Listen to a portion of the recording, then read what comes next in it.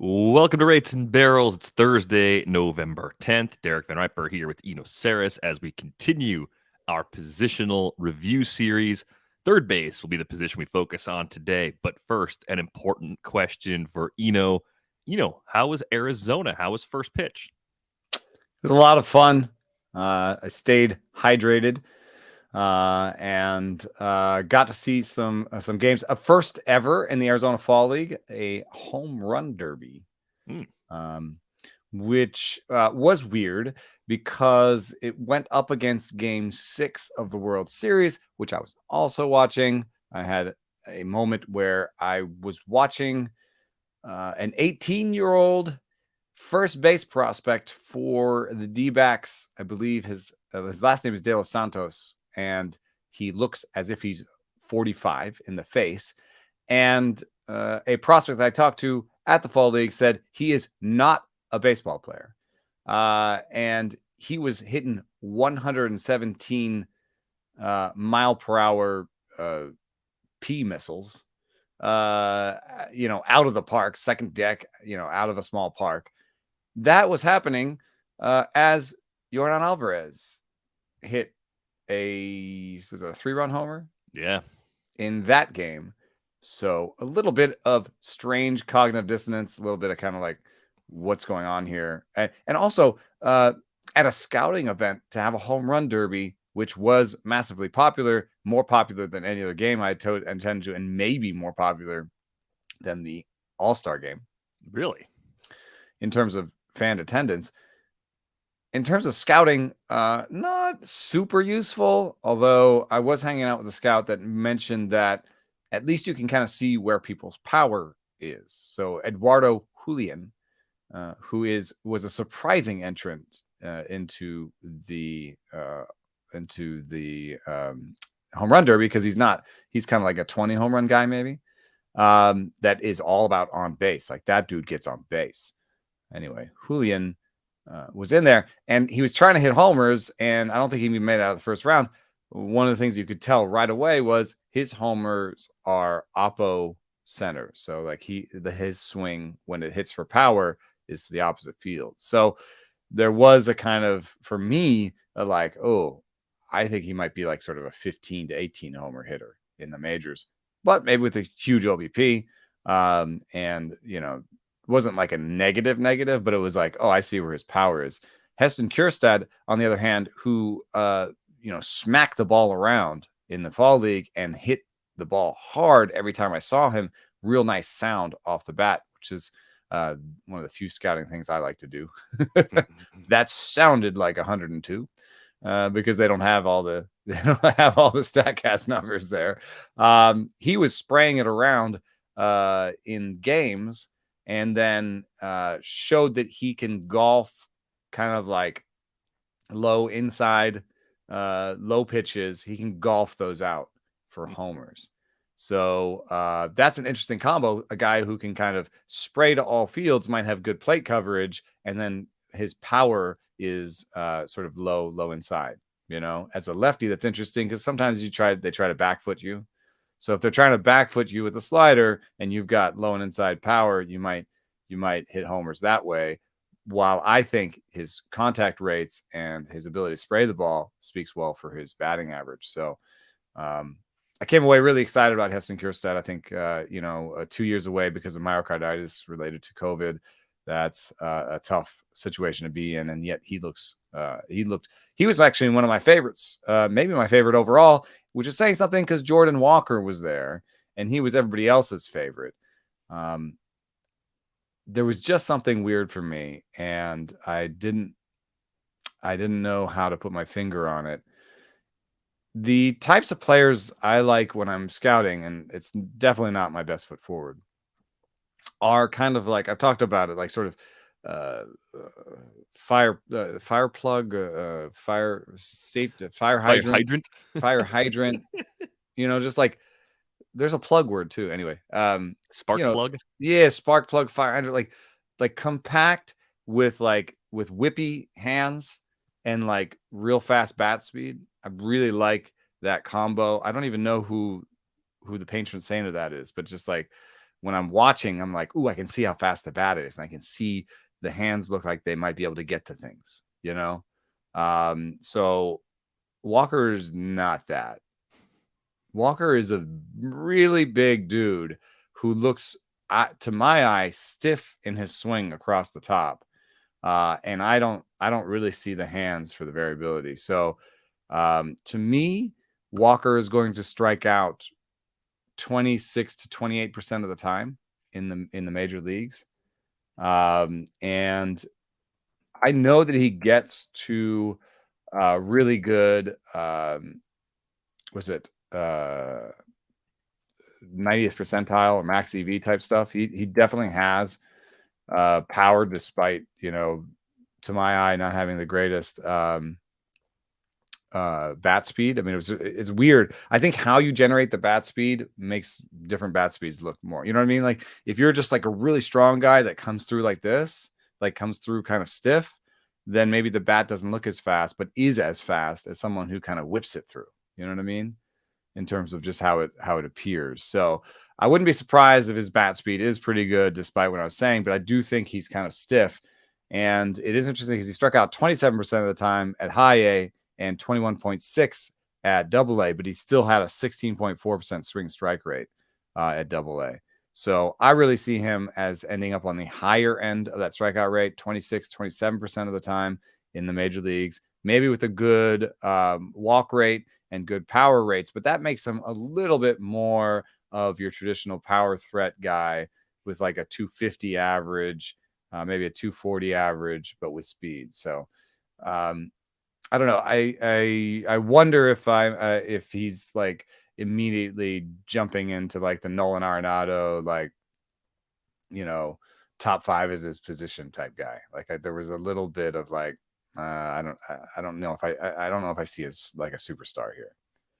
So those are some things, and then some down ballot observations. Matt Mervis has a really good approach. I think he's a little stiff too, but he has a really good approach. So I think he will be that the 250 hitting slugger guy.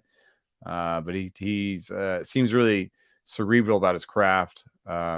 I'm doing a piece about taking control of your own career, and he said that when so they had that 5-round draft because of COVID, and he was one of the people that didn't go in the first 5 rounds.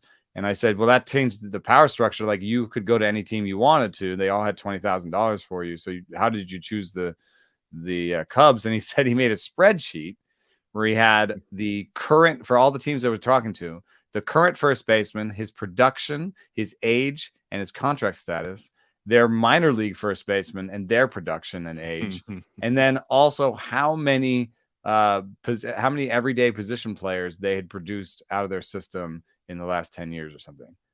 And I was like, well, yeah, once you put it that way, I could see how you could exactly get to the Cubs. He was like looking at Rizzo in the final year of his contract, hadn't signed an extension. He's going. They don't have a first base prospect. And they turned out like Wilson Contreras and Brian and Rizzo, and they turned out a bunch of, and Happ. And so they turned out a bunch of position players. So I thought that was interesting. And then there was a couple players there, Colt Keith and Nick York, who are kind of the body types that I like, that kind of compact baseball player with whippy hands and the ability to make contact. And they're both trying to do the same thing, which is take that ability to make contact and then unlock the power. And what's interesting about that is that power lives out in front of the plate. So York and Keith in the past have been guys who let the ball travel. That helps your contact ability, and you spray the ball, right? But if you want to get to that power, you have to start earlier. That's how you get to power out in front. If you start earlier, your strikeout rate goes up. And so we've both seen Nick York and Colt Keith's power strikeout rate goes up. Now, Colt Keith in the Tigers organization has succeeded in unlocking the power. Nick York has not. And so I don't know if that's going to continue, but it is an important moment in their career. And I asked Colt Keith about that, and he said, I'm trying to sit 97 if the guy throws 95. So Keith is, maybe doesn't have a position defensively. I think he'll be able to do third base for them. He's one of their more exciting names in the minor leagues, and he's exactly the type of guy that Scott Bush will like, because if he comes from the Farhan school, Colt Keith has tiny chase rates, like 18% type chase rates, and also can put the bat in the ball, and it looks like right now he can barrel it. So if you're just looking for a bat prospect that is on everybody's radar and isn't super top, Colt Keith might be an interesting guy to acquire this offseason.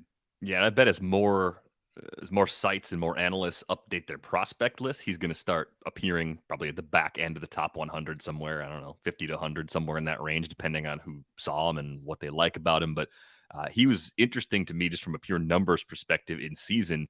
Only played 48 games, I think, during the regular season at high A. So 2023 is going to be a huge year for Colt Keith, getting that bump up to double A to see if all those skills hold against that next level of competition. But definitely interesting to learn a little more about him, and Mervis being a big spreadsheet guy. That's kind of a surprise. I don't always think of young ball players as the guys that are going to be the most spreadsheet oriented people on the planet. Duke engineer or something. Nice. Okay. So he's got a plan. I like that. Anything else from the Fall League, from the conference, from the Fall Stars game? Anything else that caught your eye? Because you were my eyes, ears, and liver out there this year. Yeah, well, I took that bullet for you. Everyone missed you. Was asking about you, and then the other thing was I was on a couple panels for trying to decide the trends and also like what's going to happen with the new rules. And it's just interesting that there's not really a consensus. I saw a simulation of a model of the new shifting rules, where it might add 0.1 runs per inning. That's a massive change in the aggregate. If you're thinking about it, that's like, we might jump a run per game. A big jump if that happens. Yeah. It's a really big jump, and it puts pressure on strikeout rate. You really want to have pitchers that strike guys out. Think about the Cardinals pitching staff and how they don't strike guys out. If all of a sudden you don't have the shift, maybe they are more in trouble. Then you've got also pressure on teams to have a lefty, at least one lefty in the bullpen in the rotation, because lefties as a group are going to take lefty batters as a group are going to take a bigger jump forward than righty batters, because lefty batters are more affected by this shift. I still don't know if it's going to be the funny thing about fantasy is, do we care about these huge trends as much as we care about how each particular player is going to be affected? And I still don't know if there's going to be huge jumps. But Derek Hardy showed that somebody like Anthony Rizzo, who I think hit 238 last year, could hit as high as 40 points higher. I think 35, 40 points higher. But that's if you give 100% of the difference to next year, right? You want to regress that because you don't like it. Just doesn't. He's not going to be exactly the same person he was last year, right? So there's like the player's talent is going to be changing, and then will teams find ways? Like, will they start doing the left fielder plays, rover and right field stuff? Will they start adjusting that way? So, and then there's just for me like a skepticism that any one rule change will like make one player way better. You know what I mean? Like, it can change the game overall, but will it make one player will one player play exactly the same way as last year and have a 45 point higher average next year? Like, I have this like weird internal skepticism. That's how it's going to work out. But it could be massive changes to the game as a whole and still not be that massive for any one player. So I can't find a consensus in myself, and I'm the king of wafflers. So I'm just going to, throw that back and forth. We're going to talk about it more in the preseason. And as this goes on, there's going to be more research in the fantasy space and in other spaces. We're going to talk about it all off season, and then we'll finally get to see what it looks like. But if you've got an opinion on it, next year is going to be really interesting if you act on your opinion and you and you go hard on whatever, wherever you think it's going, you may end up profiting for it.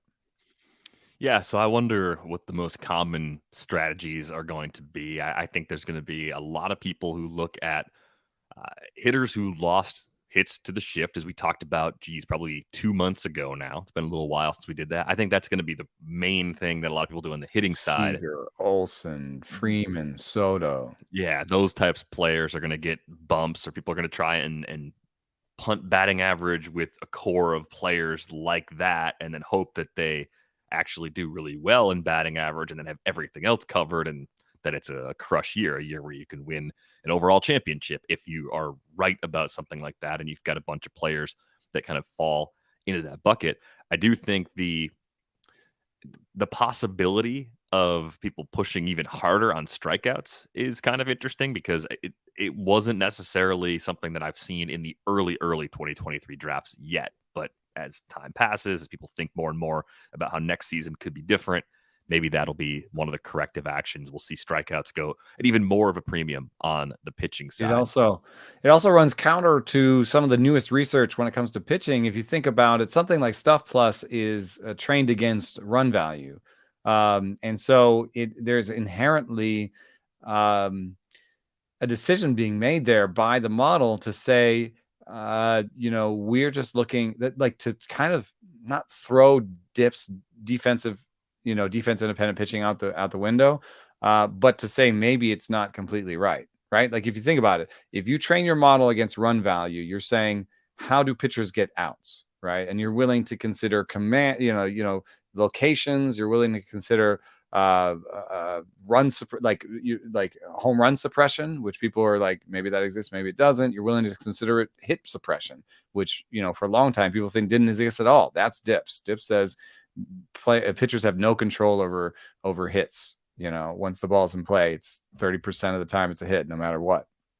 And so stuff has been like, oh no, but maybe there are certain pitch shapes and velocities and locations that suppress hits, and hitters and pitchers that can do those things over and over again. And so you get somebody like Drew Rasmussen and Tyler Wells, where you're like, I know the strikeouts aren't there, but the ERA is, the run values there. They're doing something to suppress this.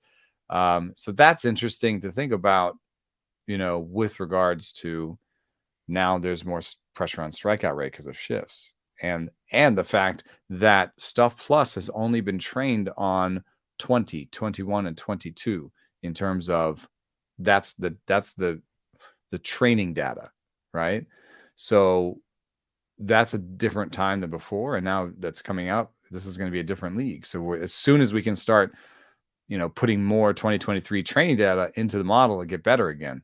But in the meantime, we're kind of naked. So one thing that I'm trying to do to combat this is to work on creating Stuff Plus projections, where we're projecting it out. Now you can start to see a projected strikeout rate thanks to Pitching Plus, right?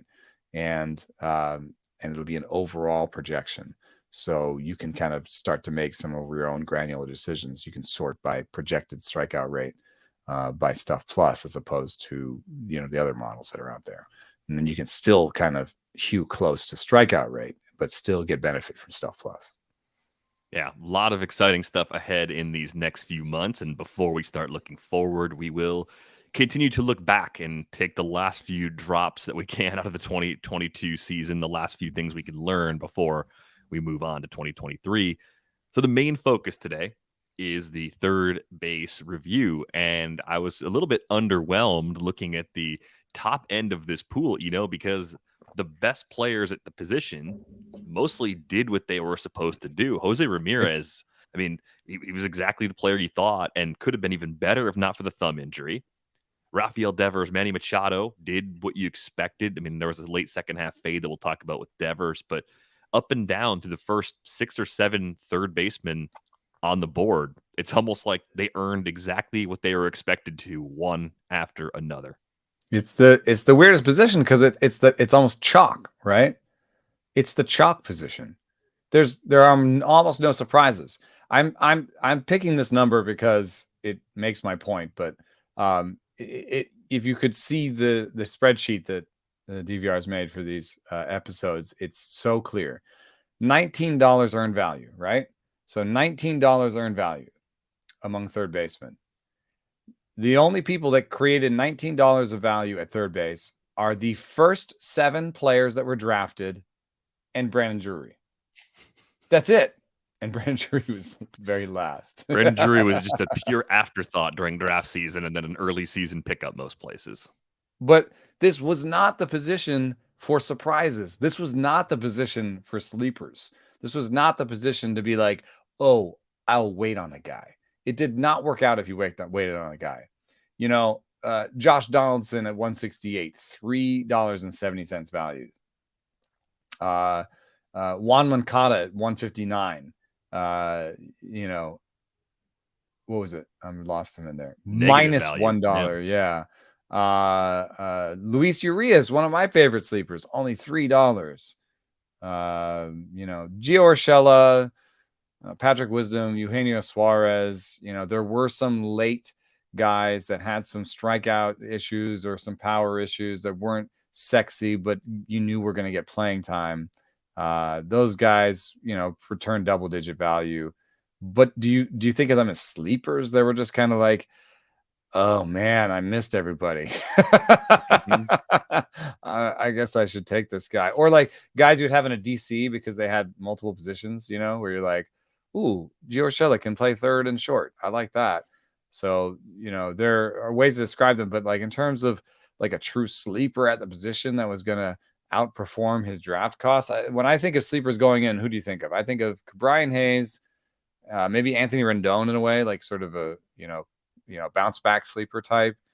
And then maybe Luis Urias. And if you picked those 3 even, you had a poor time at third base this year. Yeah, I think the other 2, the older player that I thought was popping later in draft season as a possible rebound candidate was Eugenio Suarez, and I think that was definitely a Derek Carty Twitter thread at one point where it was like, hey, he projected well before the shoulder injury and before the shortened season in 2020. Look what he was doing year over year over year. Why are we letting this guy fall this far? He was a $15 player outside the top 200 overall in ADP, so that ended up being good. And then if you go down to Alec Boehm, that turned out pretty good as well for as late as he went, because Boehm fell quite a bit during draft season in 2022 compared to his previous levels. Player down there, yeah. But a lot of the other cheap players that did well also did it with pretty light power. Gio Urshela, very light power, a lot of batting average. Boehm, not that great power. Yeah, Boehm's in that group too. Yandy Diaz. I mean, it's Rojas. $11, but is it really? Is it that great? I mean, I guess it's better. It's better than some of the alternatives. So, but third base is also, it's kind of like getting a middle infielder who doesn't steal, right? To get a third baseman who doesn't hit for power. Then you're like, yes, I know what the value calculator is telling me. I know the value calculator says that Gio Urshela was a fine third baseman that returned $10 of value and was, helped my team. But at the same time, if I'm playing him at third, I've got a power hole somewhere else I got to fill. Yeah, I think I was trying to think about why this position looks this way. And I think it's because it is a position where if you don't have a stud, you absolutely can mix and match now. And it's kind of it's treated a little bit more like second base for teams that don't have the clear everyday player. And I wonder how much that'll change with the shift, because we saw that research that said the shift will put pressure on second and third defensively. So that's, you're fine if you're Suarez, but there's some guys on here, Bobby Dalbec, Eduardo Escobar. I don't know who has bad defense at this position. I guess it's already starting to kind of move towards better defenders. Yeah, it is for sure. I think you leak playing time when you share like this. And the positions where that happens, I think, are positions now where you have to be a little more aggressive early on. You could have survived in the middle. You could have survived with Ryan McMahon or Matt Chapman, where they were going to pick 140, 150, 160 in that range. Brian Hayes was a guy that we both liked. We both liked him for a while. I think we both had reason to believe he was going to unlock more in-game power, and it just didn't happen.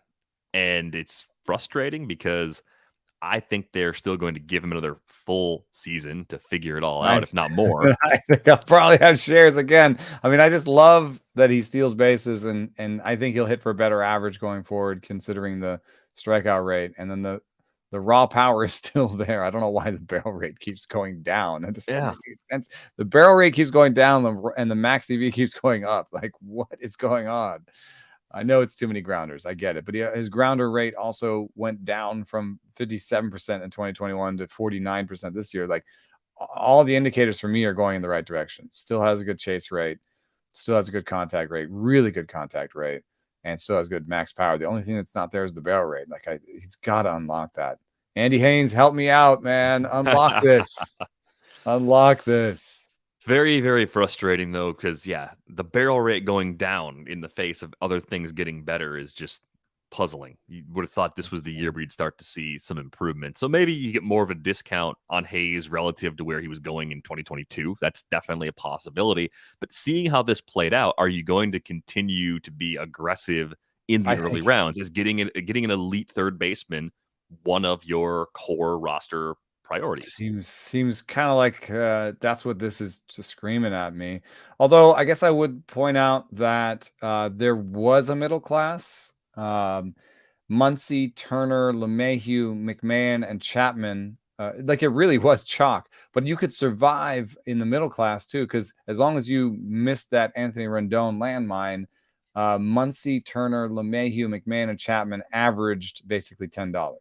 So that's not your $19 third baseman, but it's still, there is a middle class. You know what I mean? Like, it's still, and Hayes was just below that. So I think that I'm a little bit more likely, if I'm going to bite at Hayes again, which I probably will, just more likely to pick him up at CI or util or, second, third baseman and a DC, that type deal where I'm not depending on him. And it's more of like, could you take a step forward and help this team more than your draft costs? So I'm thinking of him more as a positionless sleeper, not someone where I want to put him at third base. So, I could shop in that middle class again. I think McMahon is fine. I think Chapman is fine. LeMahieu could have a better year next year. Muncy should have a better year next year. So, any one of those guys is fine. I don't necessarily have to reach for like Alex Bregman, who is clearly the worst of the top, if I think the middle class is there for me. But it does make me think that I don't want to make third base the place where I'm picking late.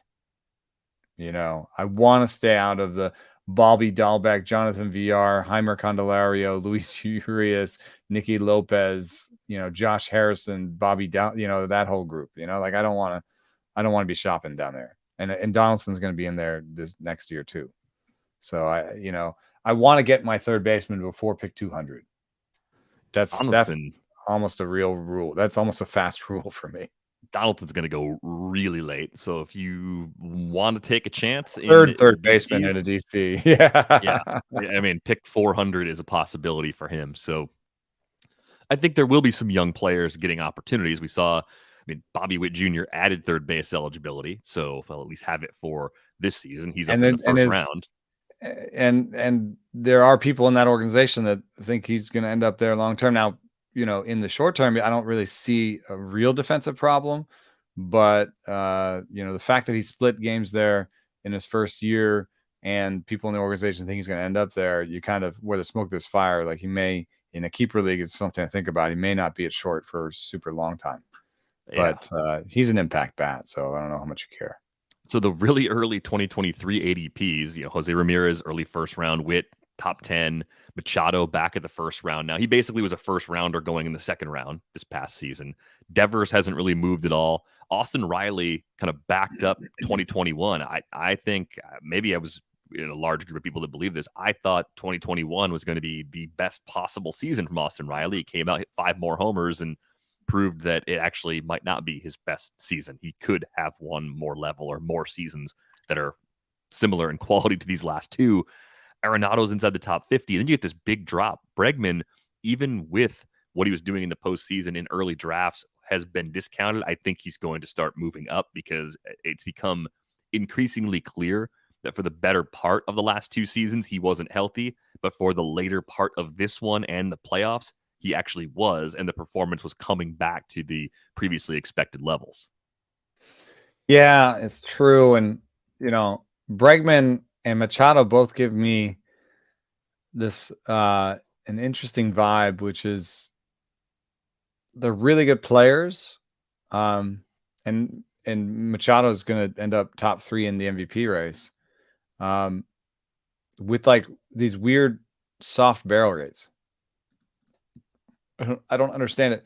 Here are the other players that had the same barrel rate as Manny Machado last year: Juan Moncada, Josh Donaldson, and Gunnar Henderson. I had to keep that was like a low number there for Gunnar, but isn't that weird to you? Then again, Manny Machado had the highest hard hit rate of the group, and the highest max EV. So like he is hitting the ball hard, and maybe that's super useful. But Bregman was also by barrel rate not in the top 30 among third basemen. It's not really his strength. That's just not. It's not what he does. And that's sort of like what Manny's like, right? Like Manny's better than Bregman, but Manny doesn't strike out, and he walks, and he'll steal you a few bases, and he hits for enough power, and because of that strikeout rate, is going to drive in a ton of runs. And he's had better barrel rates in the past, and so maybe that'll go back up. I think he's a good bet, but it is funny that I fetishize barrel rate, and I love it. But you have a 30-year-old Manny and a 28-year-old Bregman with these kind of poor barrel rates relative to their production that are going to be in the top there. Does it matter to you at all? It matters some. This is where DVR picks nits and people get upset. Yeah, is Manny going to be behind Devers for you next year? Probably not. But because Devers will be slightly cheaper, I'll probably end up with more Devers because the difference between them is so small. This is the problem. I think when Manny Machado returns first round value and goes at first round ADPs, I go away. And when Manny Machado falls around or even a round and a half, whatever it might be, that's when I'm in. So my interest in him. Yeah, I was really happy to get him. He was my second round pick in my main this year. And, there was a couple places where I was really happy to get him in the second round. When he goes in the first, I'm just like, no, I mean, I see it, I see it. And maybe, he returned $32 this year. Was the second best third baseman out of position. We just said that it doesn't run deep. So, and it's not like he costs you in steals. He'll probably steal another 5 bases at least next year. What do you make of Devers? His second half, he was weirdly unproductive in the second half. I think he hit 22 homers in his first 86 games and only 5 in his last 55. Hit 324 in the first half, dropped down to a 249 in the second half. Strikeout rate. Oof, wow, I'm looking at the WRC plus difference too. It was the strikeout rate wasn't that different. He went from 18% to 19.4%, so that doesn't really answer it. He walked more in the second half. So what happened? Was he hiding an injury? Is there something else that changed with Devers that we don't know about? Like I don't know why he was so good in the first half and why he fell so hard in the second half. Yeah, I'm looking at his O swing. I love to do that rolling O swing graph on Fangraphs. Even though he's not good at that, it improved over the course of the season, right? That's where you said he walked more in the second half. It wasn't because he was swinging at terrible stuff, even though he does that a lot. I'm looking at his fly ball rate over time, and his fly ball rate was higher in the second half. One thing I was thinking about is that, he's people talk about him as having some problem with his velo, right?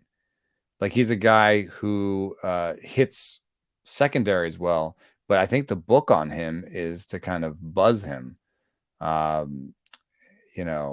buzz him with with the fastball. So I'm looking right now at his production against four seamers by month last year.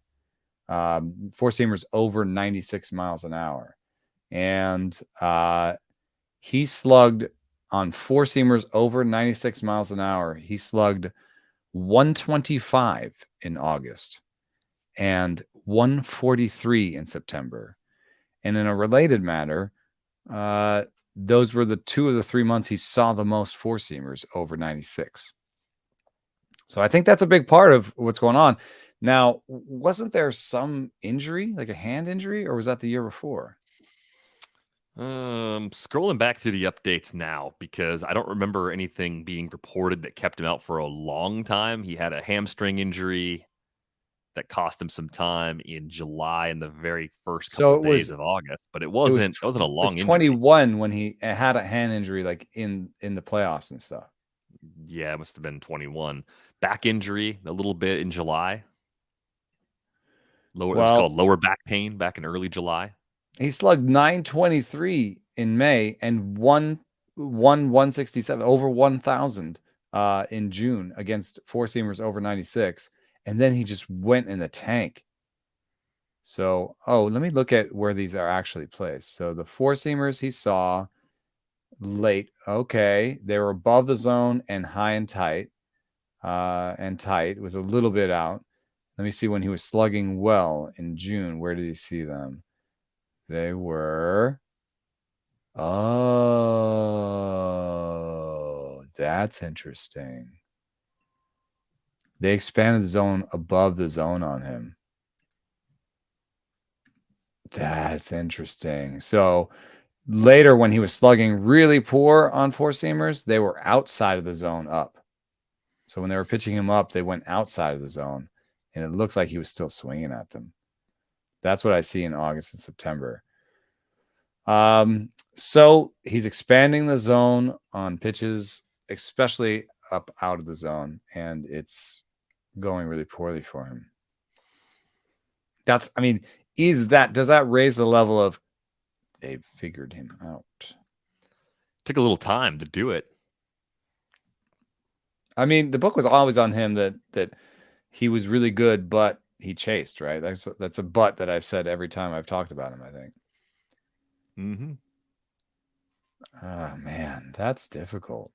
And you're not really getting a discount. I mean, he's going early drafts, going around pick 20. So it's not as though people are backing off. Yeah, tell me what the ADP is for the top four. It goes Ramirez, Witt, Machado, Devers, and Riley's right there with Devers. I think when we talked about him mid-season, Riley versus Devers was something we thought could become a toss-up. So it's kind of funny to see those two next to each other. I mean, Riley versus Devers, if you had to make the decision right now, you're drafting today for next season. Riley. You're taking Riley if the price is equal. Yeah, I think I have to as well. It's just.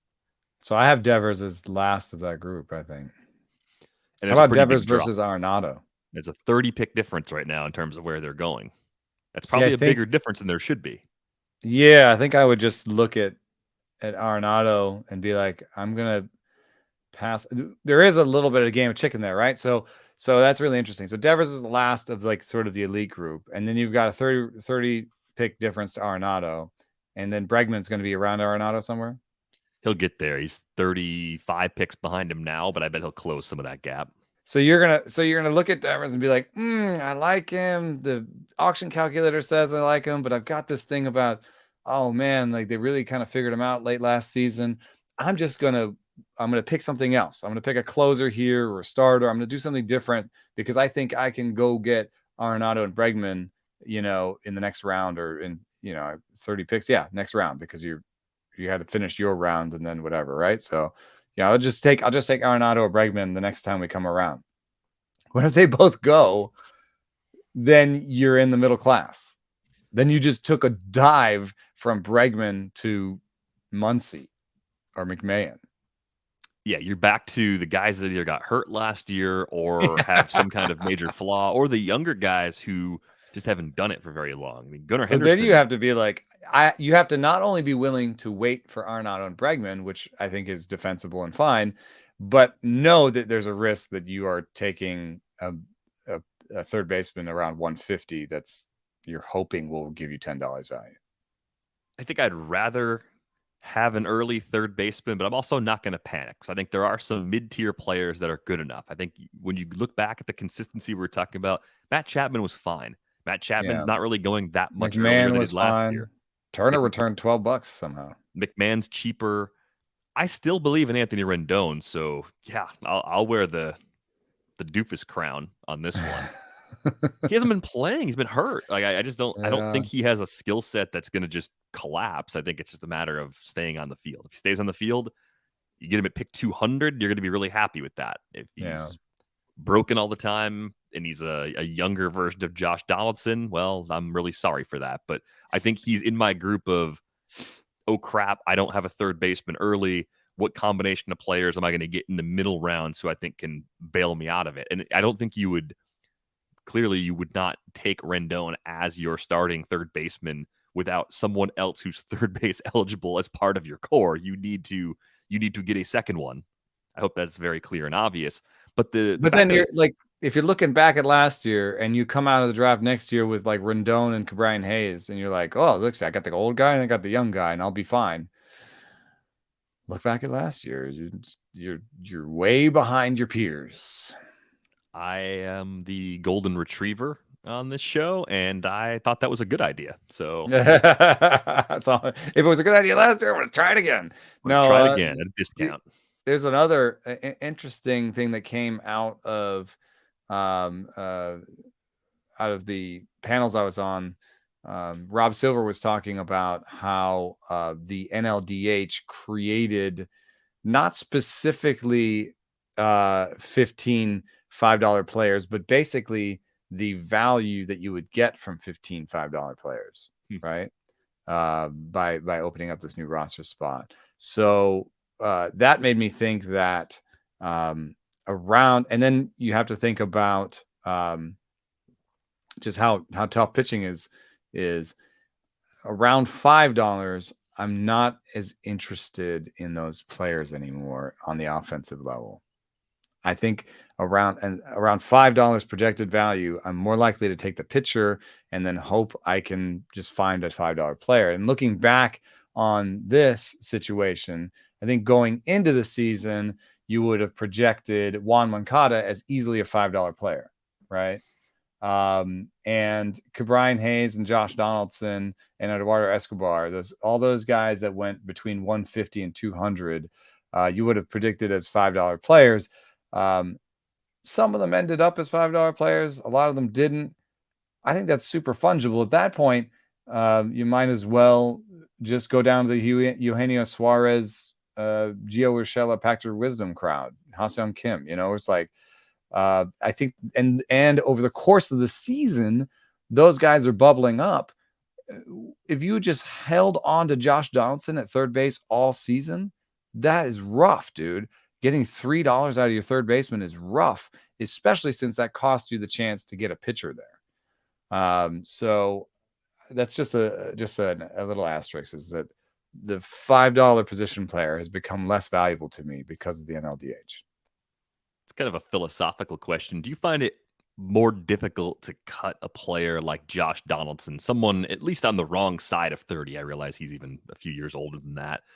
But who still projects well and is still barreling the ball and isn't chasing. And right. Are you more likely to get caught holding that player and absorbing more of that disappointing season than you are with a young player? If you take a chance on this year, it'll be someone like Josh Young around pick 200.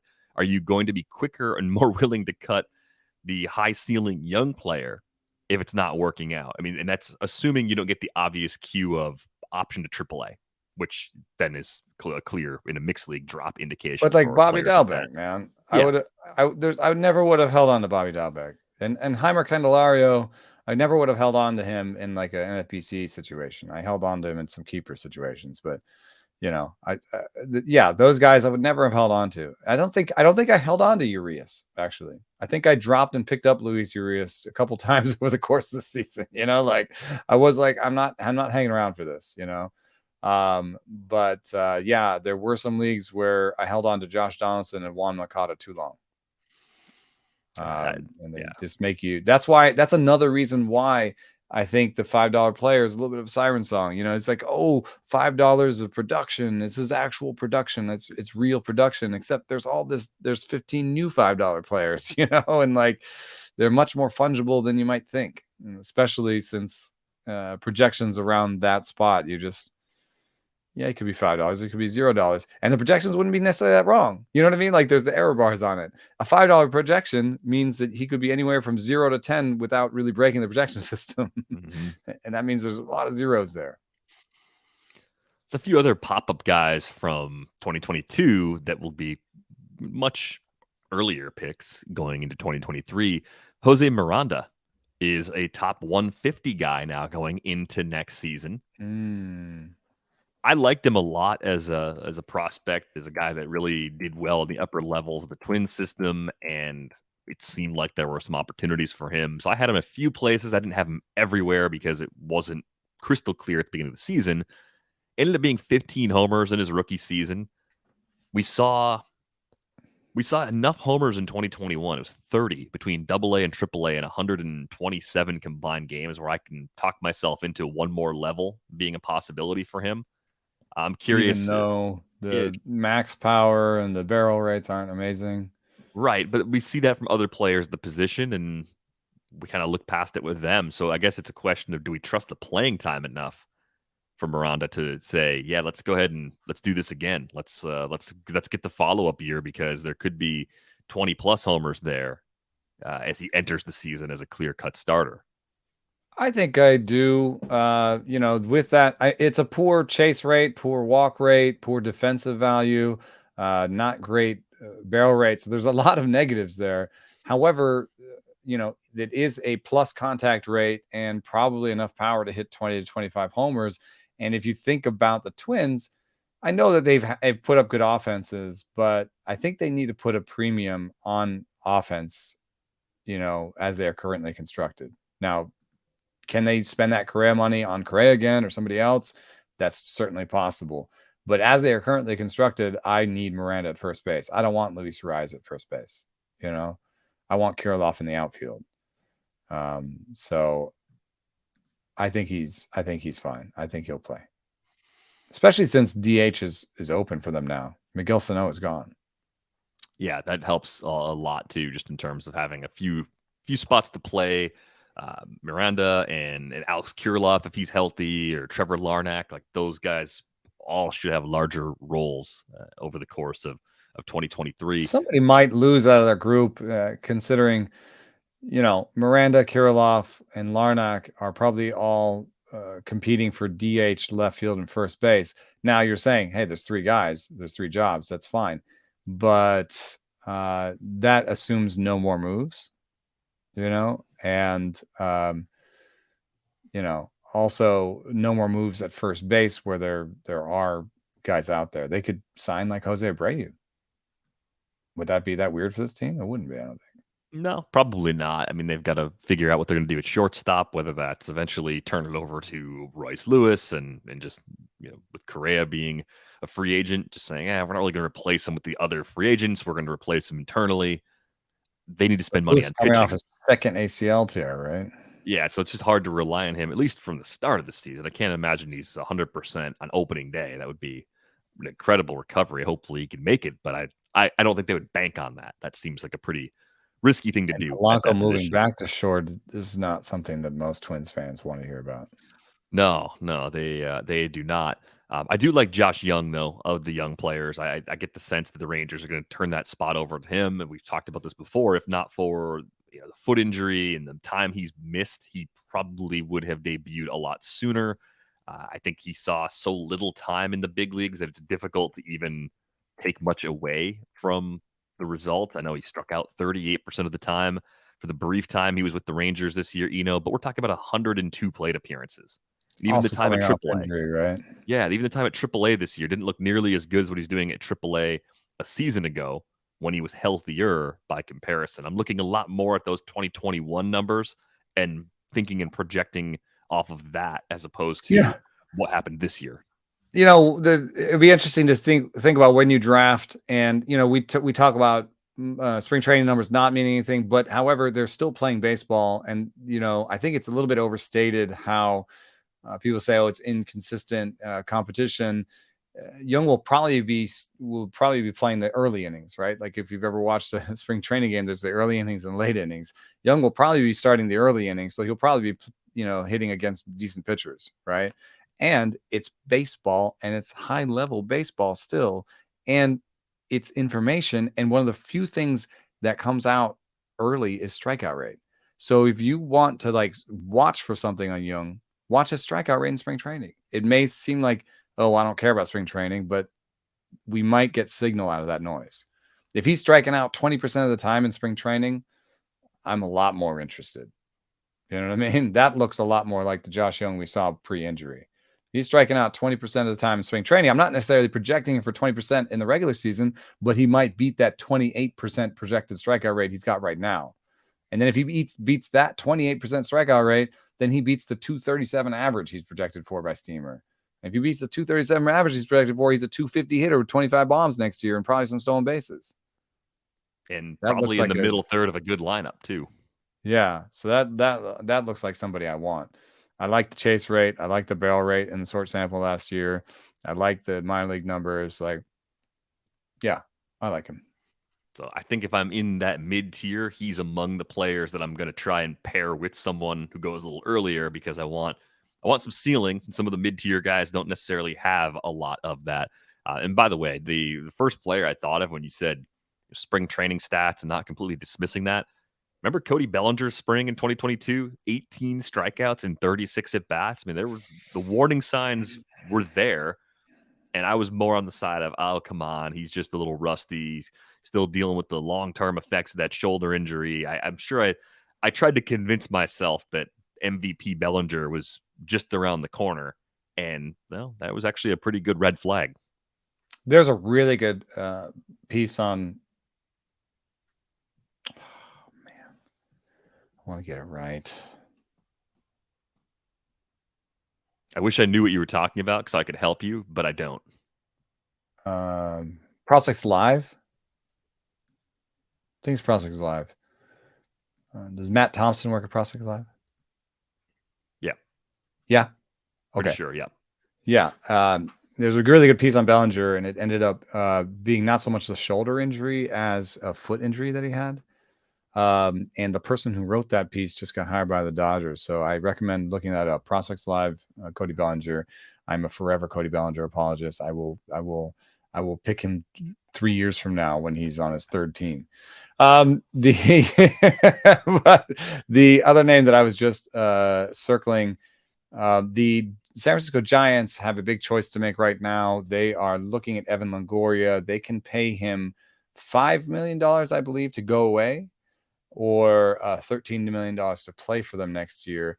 Either way, I think JD Davis is an important name for them because I don't know that they're going to sign Brandon Belt. There's just something about how it ended, and the fact that they're talking about wanting to get younger and how well JD Davis played when he came over, that it's possible that Evan Longoria plays third and JD Davis plays first for them next year. I think that's in the realm of possibilities. But either way, JD Davis returns $0, which is not negative, and is one of these.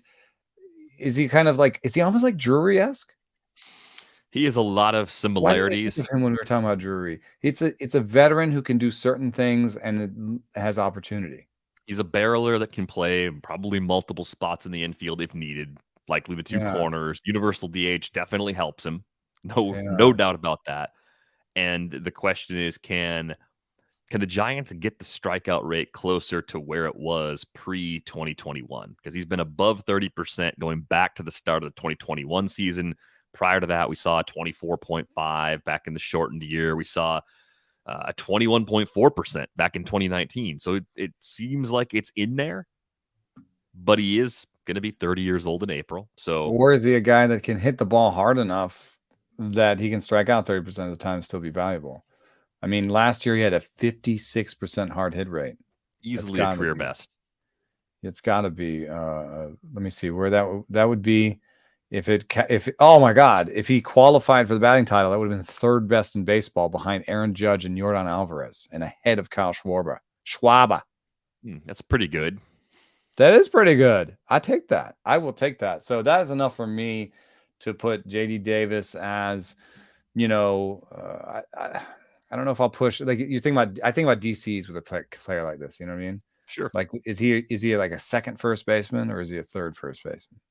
He's right in that territory. Probably a third. I would treat him as a third because there is still within his normal range of outcomes, he is the Darren Ruff replacement, and he's more of a part-time player. He could be a part-time player. He's younger Darren Ruff. A really fun third first baseman, and I would say be careful about your third first baseman. Do not make him a prospect. I have made my third first baseman a prospect in the past, and it has bitten me in the butt.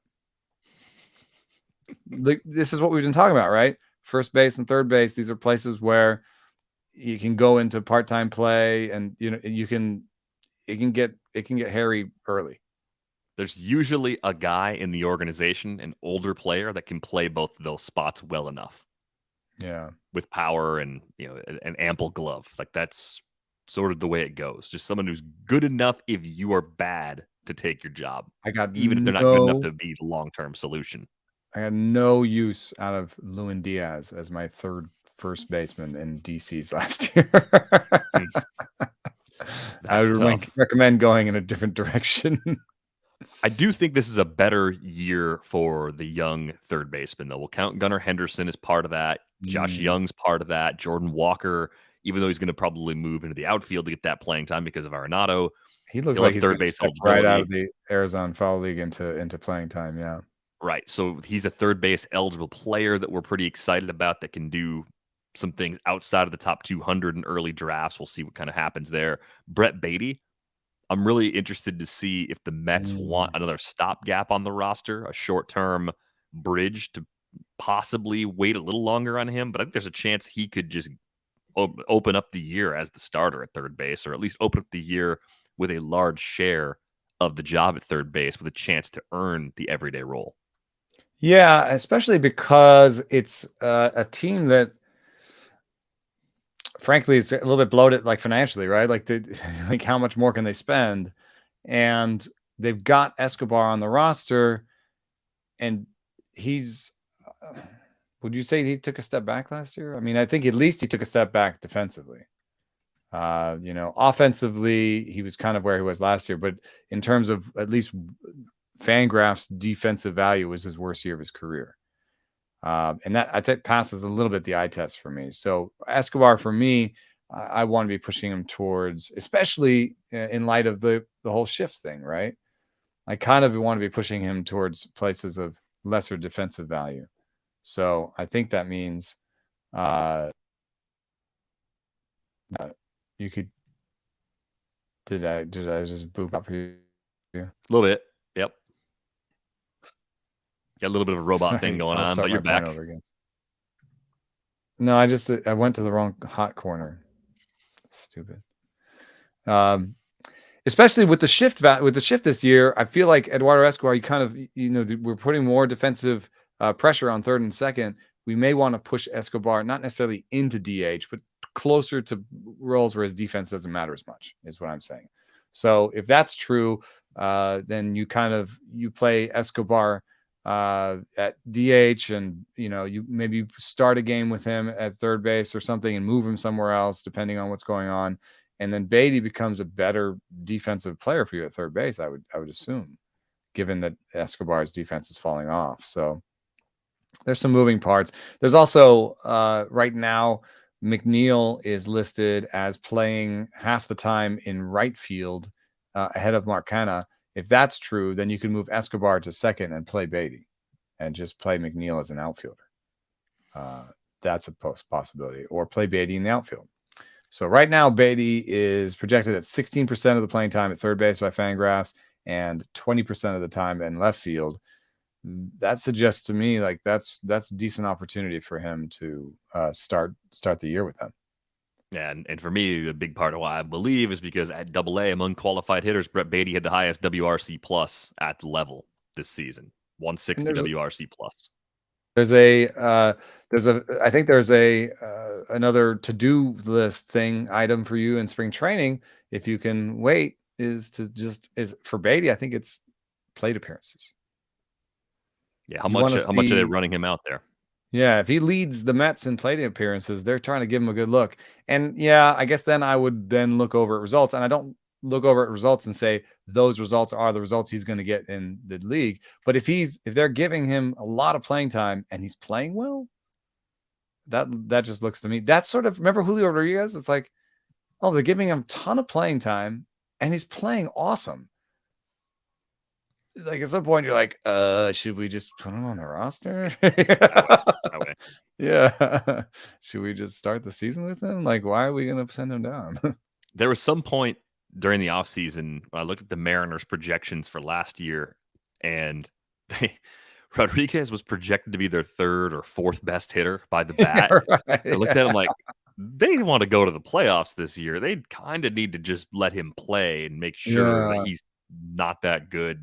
If they're going to send him down, like prove it first, because they don't have great alternatives. Steamer is up. Maybe we can do that. Hey, I'm going to do that. I'm going to do that same game with the Mets. It won't be as bad because the Mets have a lot of good hitters. Let me see where Beatty ranks. Third. Yes, we have a new Julio. He's not Julio Rodriguez. No, he's not. I assure you, he is not. But that's crazy. And here's a big one, higher than Daniel Vogelbach, which might be a bar that people have to clear, right? Because they could trade Daniel Vogelbach pretty easily. I think Vogelbach seems pretty fungible. So if they think Beatty, here's a player with defensive value that we can put in, and maybe Escobar starts DHing. I love that he's third. That just really worked out, didn't it? Worked out real. I didn't know that going in, and it's bringing me a lot of joy. It's a little surprising to me. I am a little skeptical of that, but it's pretty awesome. I would have guessed outside the top 5. Yeah, me too. So a pleasant surprise for me, perhaps a slightly unpleasant surprise for Mets fans. But stop worrying, Mets fans. You have a limitless budget and an owner that really wants to add right now. Yeah, that's the other thing. I mean, you want to wait for spring training on some of these teams because you feel like you don't know what the depth chart looks like yet. It's so awful drafting in November. I think I might not do as much this year. It's like good to like keep the juices flowing, but then you look back and you're like, why did I pick those people? Well, because you didn't know. I have found in the handful of very early drafts I've done that I'm a little ahead of some folks with where I'm at because I didn't stop. So it tends to be a slight advantage, but there are plenty of situations that we're all going in blind. I think the place where I'm the weakest this early is actually allocating resources to relievers. And even with the pitching plus model and having access to all that information, it's still, you could just be wrong, not because the pitcher isn't good, but because the roles didn't break the right way. Or they sign another guy. They just the guys, you took shots in a few places, and those guys ended up being the 8th inning guy instead of the 9th inning guy. Like Stuff Plus, Pitching Plus loves Joe Barlow and Scott Barlow. Likes the Barlows. Got a thing for the Barlows. And if you like Scott Barlow, and then the Royals are like, we're gonna trade him. We're not gonna be great this year. They got Piccolo in there now, and he's like, well, the reliever not worth that much. You're like, dang it, another Yankees middle reliever. More likely, yeah. That's the long-term outcome there. Yeah. We are going to go. We're going to continue this series, of course, over the next few weeks. If you got questions for a future episode, you can send those our way. ratesandbarrels@theathletic.com is the email address. As confessed on a previous episode, yes, I reduced the inbox to 0. Clean slate here as we look ahead to 2023. You can find Eno on Twitter @EnoSaris. You can find me @Derek Van Riper. If you're watching us on YouTube, be sure to hit the like button. Subscribe to this channel on YouTube if you haven't done so already. And if you're enjoying this podcast on a platform that allows you to rate and review it on Apple Podcasts, Spotify, or somewhere else, we'd really appreciate it if you took a moment to do that. And if you want to subscribe to The Athletic, it's $1 a month for the first 6 months at theathletic.com/ratesandbarrels. That's going to do it for this episode of Rates and Barrels. We're back with you next week. Thanks for listening.